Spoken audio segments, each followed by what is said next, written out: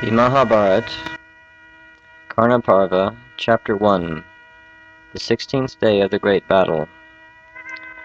Dhritarashtra said, O Sanjaya, hearing of the death of Drona, my heart trembles. One by one all the great warriors are being drowned in the ocean of the Pandava army. Due to the deceitful nature of my son, I do not think any of the great kings will be left alive. Please tell me, O Sutta, who took charge of the Kaurava divisions after the fall of the mighty preceptor? Sanjaya said, O king, after the fall of the preceptor Drona, and after the forces were withdrawn on the 15th day of the battle, Duryodhana held consultation with his generals on who should now command the army. They all gave their opinions on what should be done, and finally the son of Drona spoke, saying, We should not be discouraged at the loss of so many of our men. After all, destiny shall decide who will be the victor in this war. As for our commander, I think that Karna should lead our army to victory over the Pandavas. He is the most competent among us in the use of weapons, and is incapable of being slain. As powerful as Yamaraj himself, he will certainly vanquish our enemy. Agreeing with the proposal of Ashvatthama, Duryodhana installed Karna as commander-in-chief of the Kaurava army. When the dawn of the 16th day arrived, both armies arrayed their troops in battle formation.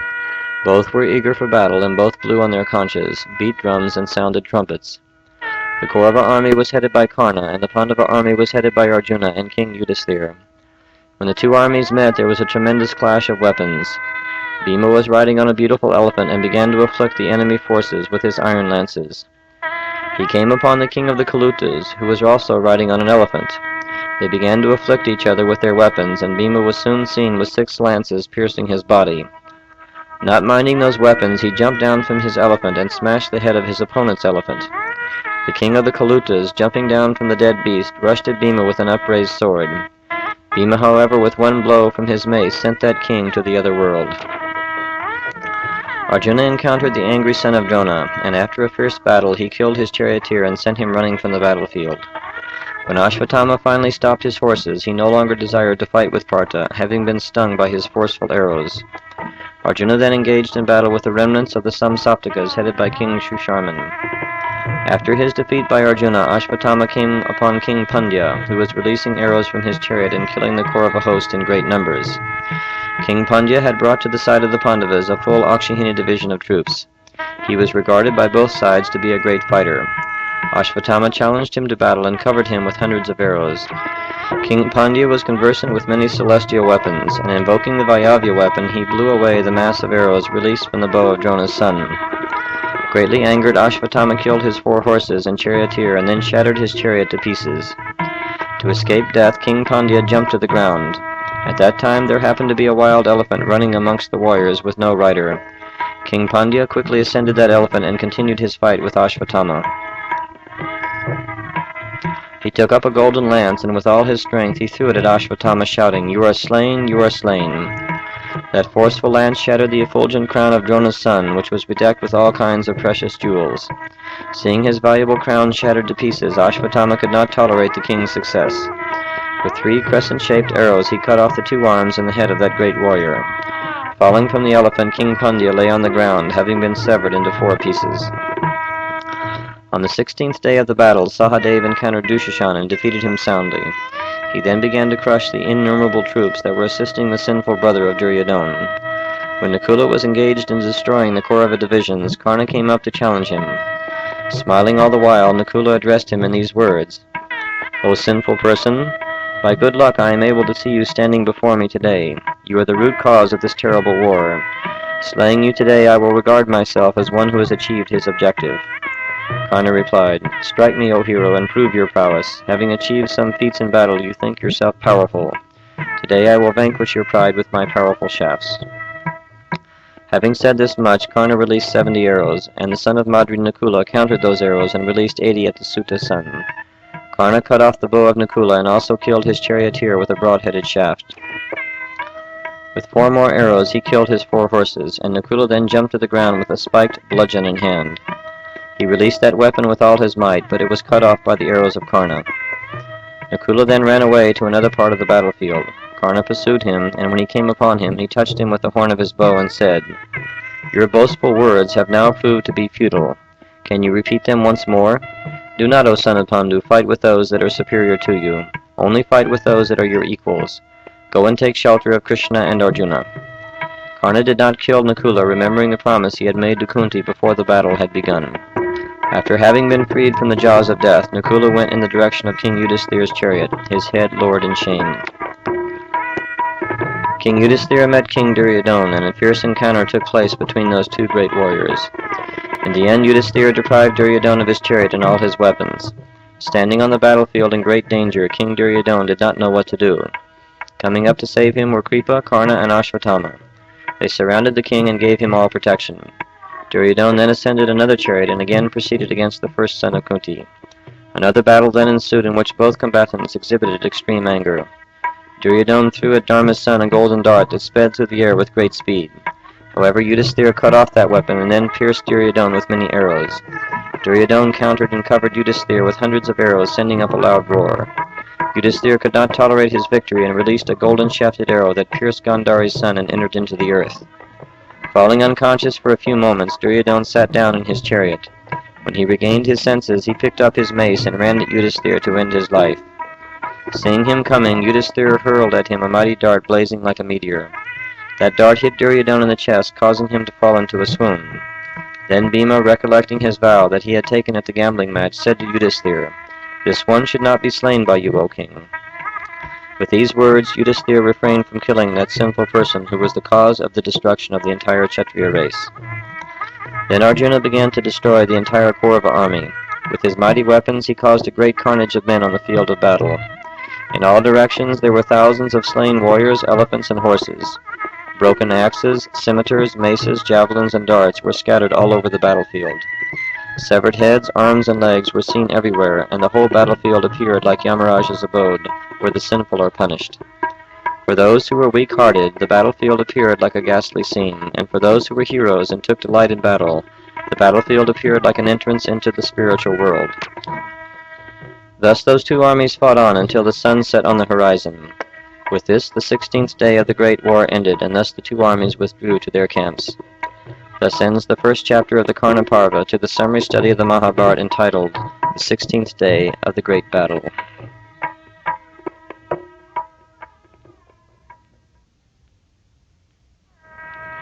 Chapter 2 of the Karna Parva. Salya becomes the charioteer of Karna. King Dhritarashtra inquired, "O Sanjaya, at the dawn of the 17th day of the battle, what did Duryodhana do next, relying as he did on the strength of Karna? How also did Karna encounter Arjuna, now that he had lost his Shakti weapon? Without doubt destiny is supreme, in that now my sons are reaping the terrible fruit of their sinful activities in the form of the annihilation of their nearest of kinsmen and friends. Please relate to me in detail all that happened on that eventful day." Sanjaya replied, "When the sun appeared on the horizon, dissipating the darkness of night, Karna went to King Duryodhana and spoke the following words. Today, O king, I shall engage in battle with the heroic son of Pandu. Either I will slay him or he will slay me. Without killing him, I will not come back from the field of battle. Partha will definitely seek battle with me, especially since I am deprived of the Shakti weapon. Please listen to my request that will assist me in my endeavor for victory. The effectiveness of my celestial weapons is equal to the effectiveness of Arjuna's. As far as countering the feats of powerful enemies is concerned, I am superior to Arjuna. In lightness of hand, in range of arrow shot, in skill, and in hitting the mark, I am superior to Arjuna. In physical strength, in courage, in knowledge of weapons, and in prowess, I am superior to Arjuna. My bow called Vijaya, which was made by Vishvakarma for Indra, is superior to the Gandiva. That foremost of all bows was given by Indra to my preceptor Parashuram. He has previously used this bow to kill all the Kshatriyas of the earth 21 times in the ages past. With this bow given by Parashuram, I will fight with Arjuna. Today I will achieve the object of my desire. Arjuna will never be able to stand in front of me as I release my selected weapons. Listen, however, to the points in which Arjuna is superior to me. The chariot driver of Arjuna is the divine son of Devaki, Sri Krishna. He is worshipped in all the three worlds. His celestial chariot given by Agni cannot be penetrated by any weapon. His horses can travel at the speed of mind and cannot be killed in battle. Arjuna also possesses an inexhaustible quiver of arrows, and the string on his bow is also celestial. Also his standard bearing that monkey is indeed wonderful. Although I am inferior to Arjuna in these respects, I will still fight with him. If it were possible for me to obtain a chariot driver that was equal to Krishna, then I will surely gain victory. I think that Salya, the ruler of the Sindhus, is an equal to Krishna in the matter of driving the chariot.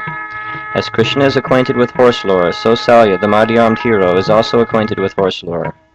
Salya is superior to Krishna, and I am superior to Arjuna. Let carts filled with weapons follow me and wait for my command. In this way I will become superior to Arjuna. If you can accomplish all that I have asked for, then I can promise you victory. Duryodhana replied, I will certainly supply you with all weapons necessary, and I will also accompany you and protect you on all sides, while you fight with Arjuna. I will now go to King Salya and ask that he take the reins of your chariot and guide you to victory. Sanjaya continued, Then your son, O monarch, went to the ruler of Madras and spoke to him as follows. O foremost of great heroes, I have come to solicit your help. For the destruction of the Pandavas headed by Arjuna, I request you to take the reins of Karna's chariot and guide him to victory. O great warrior, you are equal to Vyasadeva in battle, and just as that divine person protects Arjuna, so you must also protect Karna. The Pandavas have slain my forces in great numbers, and the army is on the verge of total annihilation. Karna desires to encounter Arjuna in combat, but he needs someone who is equal to Krishna as a charioteer. If you, who are greater than Krishna, take the reins of Karna's chariot, then victory will be assured for Karna, and with the death of Arjuna, the whole Pandava army can be destroyed easily. O invincible monarch, if you combine with the son of Radha in combat, I am sure that the demigods combined will not be able to harm you. I am now taking shelter of you, as the demigod takes shelter of Lord Vishnu. Please assist the Suta's son and again gain sovereignty for myself and my brothers. Salya replied, O son of Gandhari, you are insulting me by asking me to drive the chariot of someone you think is superior to me. I do not consider the son of Radha to be my equal. Behold these two massive arms of mine, which are as strong as thunder. Behold my bow, by which I can conquer all the men on this field of battle. Behold, O son of Dhritarashtra, my chariot and horses, which can travel at the speed of wind. Just see my mace, which is covered with gold. With this weapon I can split the earth or shatter mountains to pieces. The Supreme Being created the Kshatriyas from his arms, and the Sutas have been created from those castes which are servants of the Shudras. This Karna comes from such a caste, and therefore why should he not drive my chariot? I have undergone the ceremony for the coronation of a king. I deserve the praises and worship that is due to a king. I will therefore never fight in such humiliating circumstances. I ask your permission to return to my country. Sanjaya continued, Having said these words, that tiger among men endeavored to leave that assembly of kings.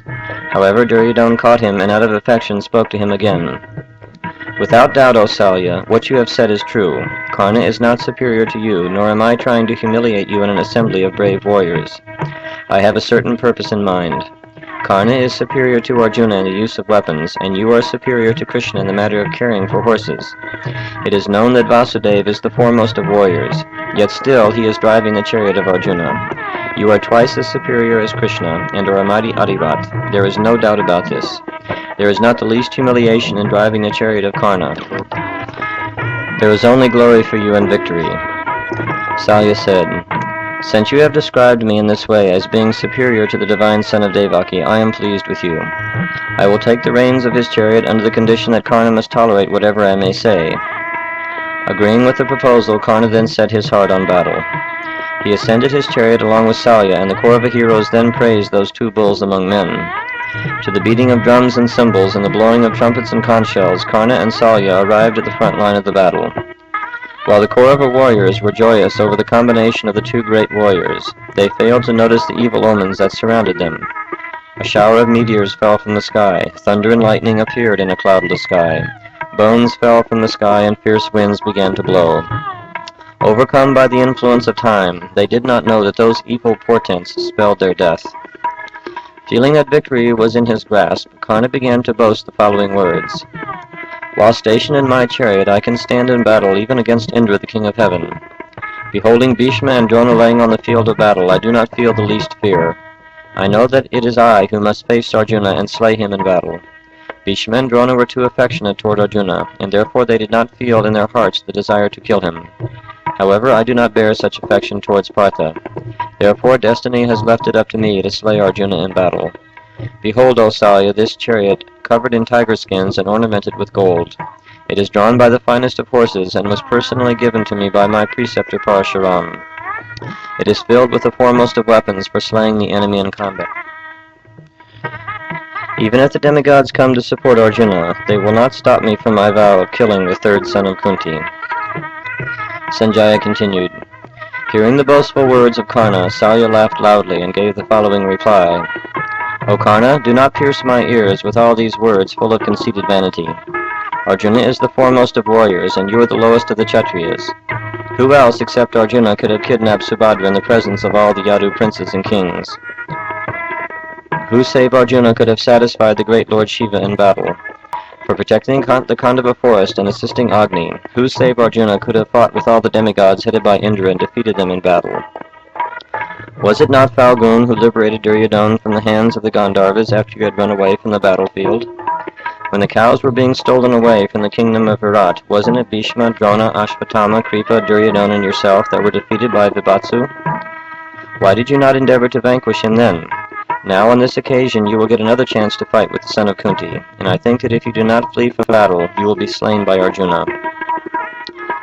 Karna said, You are certainly an enemy wearing the guise of a friend. Why are you trying to discourage me before I face Arjuna in battle? Nothing will deter me from my resolution to kill Arjuna, not even Indra, the king of heaven, what to speak of an ordinary mortal. Sanjaya replied, When you come face to face with Arjuna and feel the force of his arrows, you will lament the statements that you are making. You are like a frog that is croaking, inviting the black snake of Arjuna to come and devour you. You are like a dog that barks in the woods at the forest-roaming tiger. You are like a jackal, and Dhananjaya is like the mighty lion. You can boast these words as long as the heroic son of Kunti has not cut off your head with his golden-shafted arrows. Becoming agitated by the words of Salya, Karna said, You are ignorant of the merits of men that should be praised in battle. You cannot judge who is powerful and who is weak. You do not know my energy when I face the enemy in battle. In my quiver here I have a special arrow that is of the nature and form of a snake. I worship with sandalwood pulp and garlands. That arrow is capable of killing large numbers of men along with horses and elephants. It has the power to penetrate even Mount Meru. I will not use that weapon against anyone except Arjuna and Krishna. O Salya, you will today behold Krishna and Arjuna slain by this arrow as two pearls are strung on a thread. You are a fool, and overcome with fear of battle, you are uttering these cruel words. After killing Krishna and Arjuna, I will then kill you along with all your kinsmen. I do not cherish any fear of Krishna and Arjuna. I am prepared to fight with 100 Krishnas and Arjunas and slay all of them in battle. You are born in a sinful country, and therefore I do not take your words seriously. It is well known that the inhabitants of the province of Madras are the lowest among men, and whatever they speak is like dirt. It is well known that women in Madras are like camels and asses that have intercourse with anyone. Because you come from such a low class of people, if I kill you, I will present your carcass to carnivorous animals who will devour it. Therefore do not speak such words again. If you speak to me in this way, I shall crush your head with my mace, which is as hard as thunder. At this time King Duryodhana came to Karna and Salya and pacified them both. He urged them to fight the enemy and not each other. Facing the battlefront, Salya guided the horses toward that part of the formation where he was to take up his position. King Dhritarashtra inquired, How, O Sanjaya, did the Suta's son array the vast forces of my son's army? How also did the Pandavas headed by Drishtadyumna arrange their army for battle? Please tell me all of this, for I am eager to hear of it. Sanjaya replied, O king, hear from me how on this 17th day the armies of both sides arrayed their troops. In your son's army, Kripa and Kritavarman took up the right wing of that powerful formation.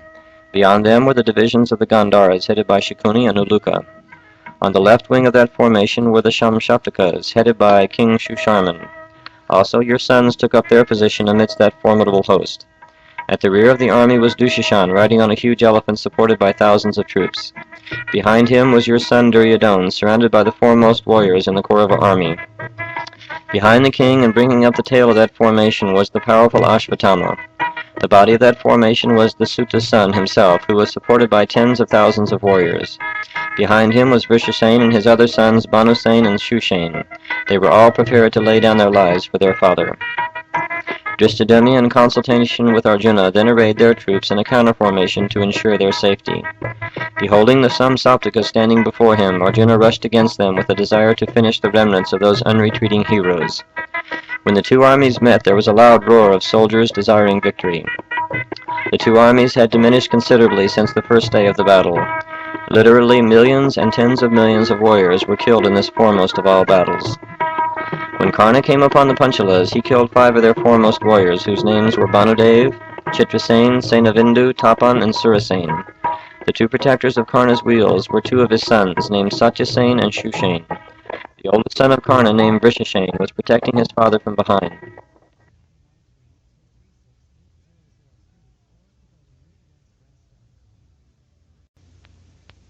Coming up to challenge the Sutra's son were Drishtadyumna, Satyaki, the 5 sons of Draupadi, Bhima, and Sakandi. Also there was Nakula and Sahadev, surrounded by the warriors of the Panchalas, the Chedis, and the Matsus. Shushain quickly cut the bow of Bhima as he came rushing toward his father. Vrikadara, terrible prowess, picked up another bow and pierced Shushain with 10 arrows and Karna with 70. Then Bhima cut off the head of Bhanusen with a razor-headed arrow in the presence of his father. Having slain Karna's son, Bhima began to afflict the enemy troops with his powerful arrows. Penetrating through the Pandava host, Karna came upon Yudhisthira and pierced him with 10 arrows.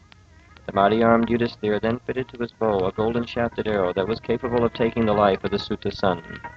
Releasing the arrow with all his strength, it pierced Karna in the side, causing him to fall to the floor of his chariot. Beholding Karna fall into the floor of his chariot, the soldiers supporting him thought that he was slain. Salya was about to take him from the battlefield when he regained consciousness. Karna then set his heart on killing Yudhisthira. With a couple of razor-headed arrows, Karna killed the 2 chariot warriors that were protecting his wheels. He then cut the bow of Yudhisthira and stripped his armor from his body. Yudhisthira picked up a golden dart and released it at Karna with great force. It was, however, cut off before it reached the son of Radha. King Yudhisthira then pierced Karna with 4 lances. 2 lances pierced his arms, one his chest, and the other his head. Blood came pouring from his wounds, and Karna became enraged. He shattered the chariot that Yudhisthira was riding in and forced him to ascend another. King Yudhisthira, not feeling capable of further fighting, fled from the battlefield. However, Karna would not allow him to escape. He came up next to him on his chariot and seized him by force. Karna then remembered his promise to Kunti and did not harm him. Laughing and making fun of him, Karna said, "How is it that you are born of such a noble race, and you are running from the battlefield desiring to save your life? You are inclined toward the life of a Brahmin, and therefore not very well acquainted with the duties of a Kshatriya. Do not, O son of Kunti, fight with brave warriors and use harsh language. Go back to your tent, O son of Pandu, or go to where Krishna and Arjuna are. I will grant you your life and not slay you." Karna then left King Yudhisthira and returned to the thick of the fighting.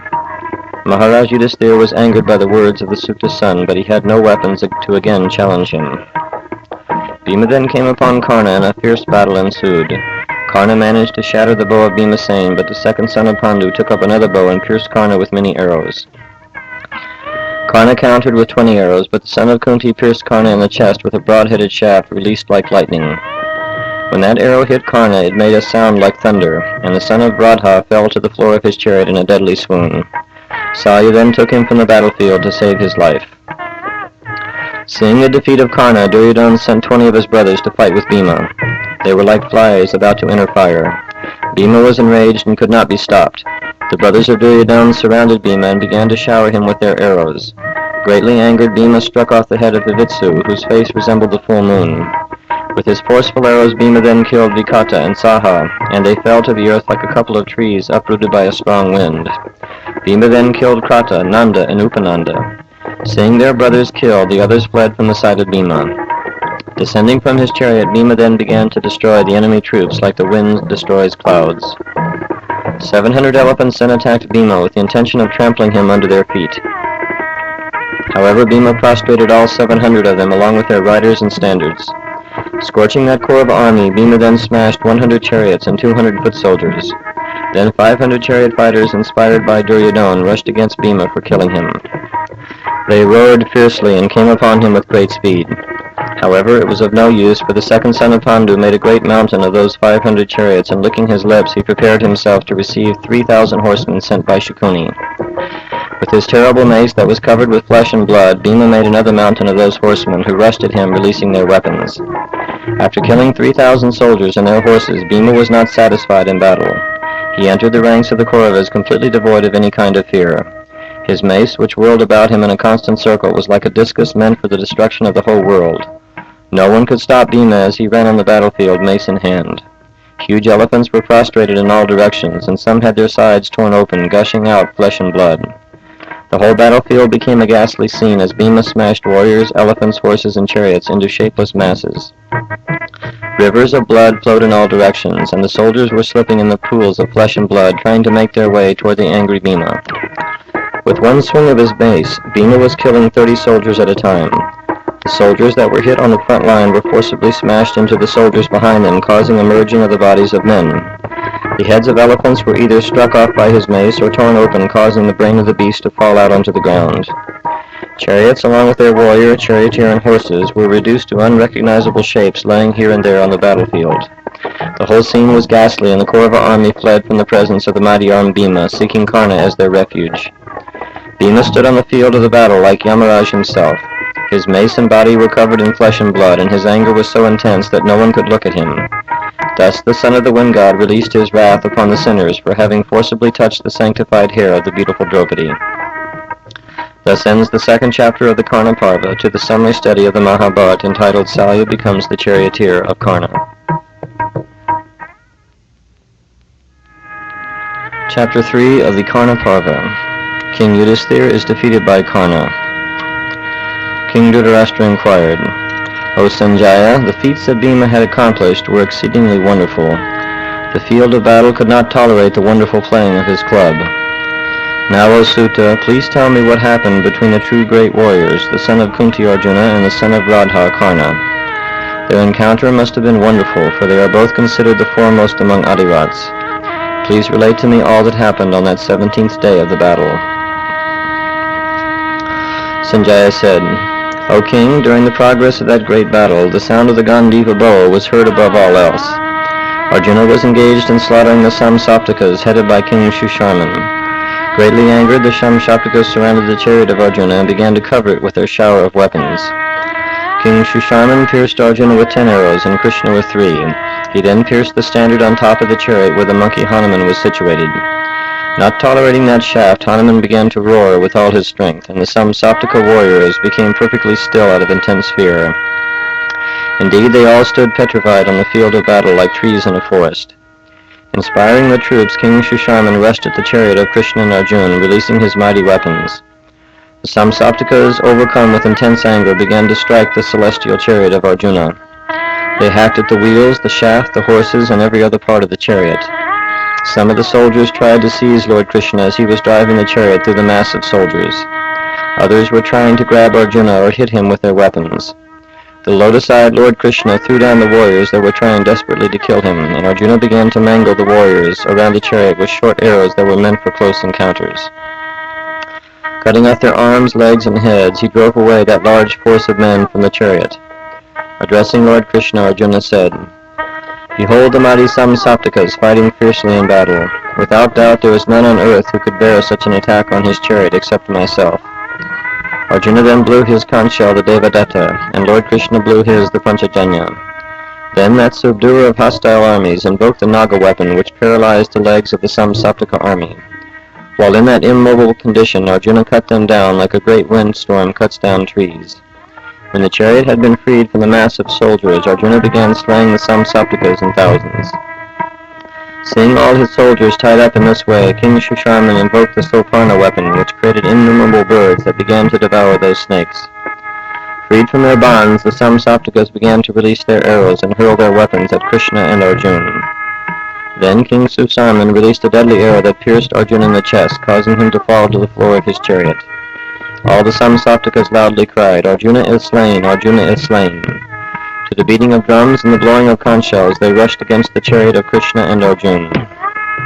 Recovering his senses and seeing the Samsaptakas nearing his chariot, Arjuna invoked the Indra weapon, and from that single arrow thousands upon thousands of arrows issued out from the Gandiva bow.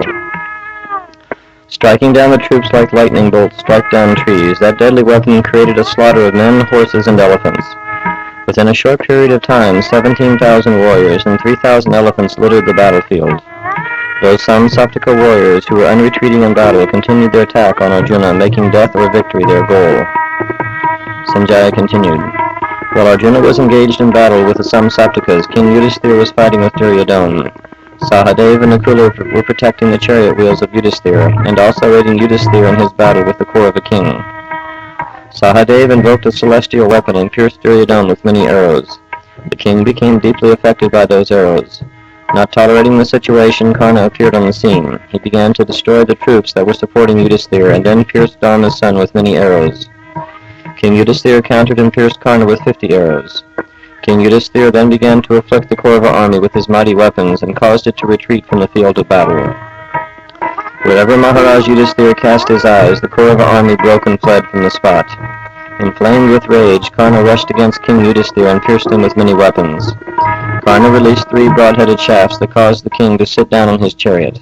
The Kaurava army, seeing Yudhisthira fallen into a state of distress, called out, "Seize him! Seize him!" To protect the king, 1,700 Kekaya warriors came forward and pushed back the attacking soldiers. Karna would not allow King Yudhisthira to escape. Maharaj Yudhisthira had been mangled by the arrows of Karna and was going back to his tent to receive attention to his wounds and rest for a while. He was being protected by Nakula and Sahadeva. Karna followed closely behind and pierced King Yudhisthira with 3 arrows. Sahadeva and Nakula turned on Karna and attacked him. They covered him with many arrows, but the son of Radha managed to kill the horses that were drawing Yudhisthira's chariot. Smiling all the while, Karna, with a single arrow, knocked the crown from the head of King Yudhisthira. He then killed the horses of Nakula and shattered his bow. Nakula then ascended the chariot of Sahadeva and continued fighting the cruel Karna. Wanting to save the life of Maharaj Yudhisthira, Salya said to Karna, "Why are we engaged in this useless battle with Yudhisthira? It is foul boon that you should fight with. What will you gain by killing Yudhisthira? Just now you can hear the sound of the Gandiva bow. Certainly Arjuna is killing the foremost of the Kaurava warriors. Bhima is also fighting with Duryodhana, and we must act in such a way that the king may not be harmed." Upon hearing the words of Salya, and seeing that Duryodhana was faring badly in battle with Bhima, Karna ordered the chariot to be taken to the front line of the battle. After Karna had left, King Yudhisthira ascended the chariot of Sahadeva and returned to his camp in great shame. He entered his tent, and Nakula and Sahadeva pulled out the arrows where he had been pierced by Karna. He then lay down on his bed to rest for some time. He ordered Nakula and Sahadeva to go and assist Bhima. In a fierce encounter, Arjuna drove the son of Drona, Ashvatthama, from the battlefield. The mighty-armed son of Kunti then looked over the battlefield, but nowhere could he see the banner of Yudhisthira. He went to Bhima and inquired about the king's whereabouts. Bhima said, "King Yudhisthira has left the battlefield. His limbs were scorched by the arrows of Karna. I am doubtful whether he is still alive." Hearing this news from Bhima, Arjuna ordered Lord Krishna to drive his chariot to the camp. Upon entering the tent of Yudhisthira and seeing that he was still alive, both Krishna and Arjuna were joyful. They worshipped the feet of the king and inquired of his welfare. King Yudhisthira thought that Arjuna had slain Karna and had therefore brought good news. He greeted them in the following words: "Welcome, O Lord of the universe, who has Devaki for a mother, and welcome, O Dhananjaya. I am pleased with the sight of both of you. I see that without being wounded yourselves, you have slain the evil-minded Karna.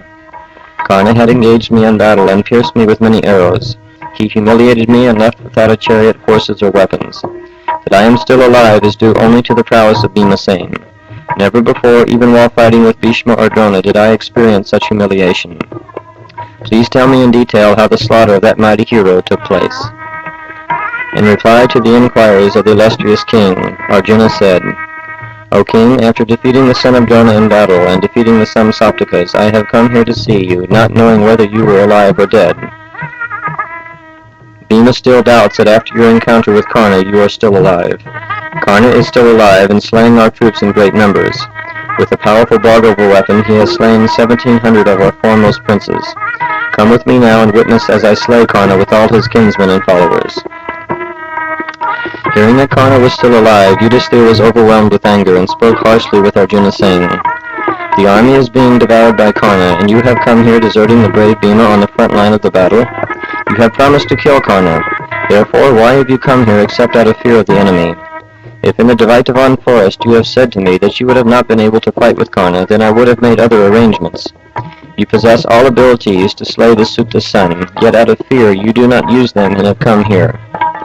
If you had given the Gandiva bow to Keshava, and you had driven the chariot, then certainly he would have slain Karna by now. If you are unable to resist the son of Radha, then you should have given the Gandiva bow to some other king who is superior to you, and allowed him to slay Karna. In this condition, it would have been better if you had never been born in Kunti's womb. When addressed harshly by Yudhisthira with these words, Arjuna drew his sword and was prepared to kill his brother. Quickly Lord Krishna spoke to the son of Kunti to appease his anger. The Supreme Personality of Godhead said, "Why, O Partha, are you drawing your sword? I do not see, O Dhananjaya, anyone here with whom you have to fight. We should now go to the front line of the battle and fight with the sons of Dhritarashtra or the mighty Karna, whom you have vowed to slay." Replying to Krishna and casting an enraged glance at Yudhisthira, Arjuna said, "I have taken a secret vow, O Govinda, that anyone who suggests that I give my Gandiva bow to another king should be slain. To keep that vow of mine, I will now kill this brother who finds fault with me for falling from virtue." The lotus-eyed Lord then spoke to Arjuna these words, "O tiger among men, you have yielded to anger at a time when you should not have done so. No one that is conversant with ways of truthfulness would act in this way. You are desiring to commit an act that is condemned by the Scriptures. Everything has to be seen through the eyes of the Scriptures and great saintly persons. To kill one's older brother is never sanctioned by greatly learned personalities conversant with the Vedic Scriptures. The killing of a person not engaged in battle, or one who has turned his face from battle, or one who seeks protection, or one who is carless, is never sanctioned by the Scriptures. Why then do you wish to kill this revered superior of yours? Morality is very difficult to understand. Listen to this story illustrating this point. Once there was an ascetic named Kaushika, who did not have much knowledge of the Scriptures. He lived in a small distance from a village where several rivers met. He made a vow saying, "I will always speak the truth." He then became famous as one who never told a lie. One day some innocent persons who were seeking refuge from some robbers entered the forest near the dwelling of the sage. Soon the robbers appeared there searching out those men. Approaching Kaushika, they inquired, "O Holy One, by which path have those men gone who recently came here? Asking in the name of truth, reply to us." When asked in this way, Kaushika said, "Those men have entered the woods just near here." Those cruel men then slaughtered those innocent persons and took their wealth. For this sin, Kaushika fell into hellish life and suffered greatly. There must be some indications of distinguishing virtue from sin. Therefore, great sages have indicated that seeing through the eyes of Scriptures is the only path of distinction. However, the Scriptures do not provide for every case. Hearing this from me, you should now decide whether your brother should be slain or not. Arjuna said, "O Krishna, your words are full of wisdom meant for saving us in this situation. You are like our parents and are a refuge in all circumstances. You now know the vow that I have taken regarding anyone who says that I should give my Gandiva bow to someone else. Now the king has repeatedly used these words. If I kill him, I will not be able to live in this world for a moment. Having vowed the slaughter of the king, I have been covered with sin. I now ask you to give me good counsel by which my vow may come true, and at the same time the eldest son of Pandu will still live." The lotus-eyed Vyasadeva then said, "O hero, when the king spoke those words to you, he was under the influence of grief. He had been badly wounded by Karna and was fatigued. It was for this reason that he spoke such unkind words to you. He therefore does not deserve death. Listen now to my instructions by which Yudhisthira will be thought of as dead, but his body not slain. As long as one receives respect, he is considered to be living within this world. When, however, he meets with disrespect, he is to be considered dead, although he is living in this body. The king has always been respected by all of your brothers, including yourself. If at this time of argument you speak to him disrespectfully, it will be thought that he is dead, although still alive. In the past you have addressed him as your honor. If you address him in the words you, then you have shown him disrespect, and he can thus be thought of as dead. This kind of death King Yudhisthira will never regard as an offense against him. Having spoken to him in this way, you may then worship his feet and soothe his wounded honor. Freed from falsehood and the sinful act of killing your brother, you will then be able to slay the Suta's son."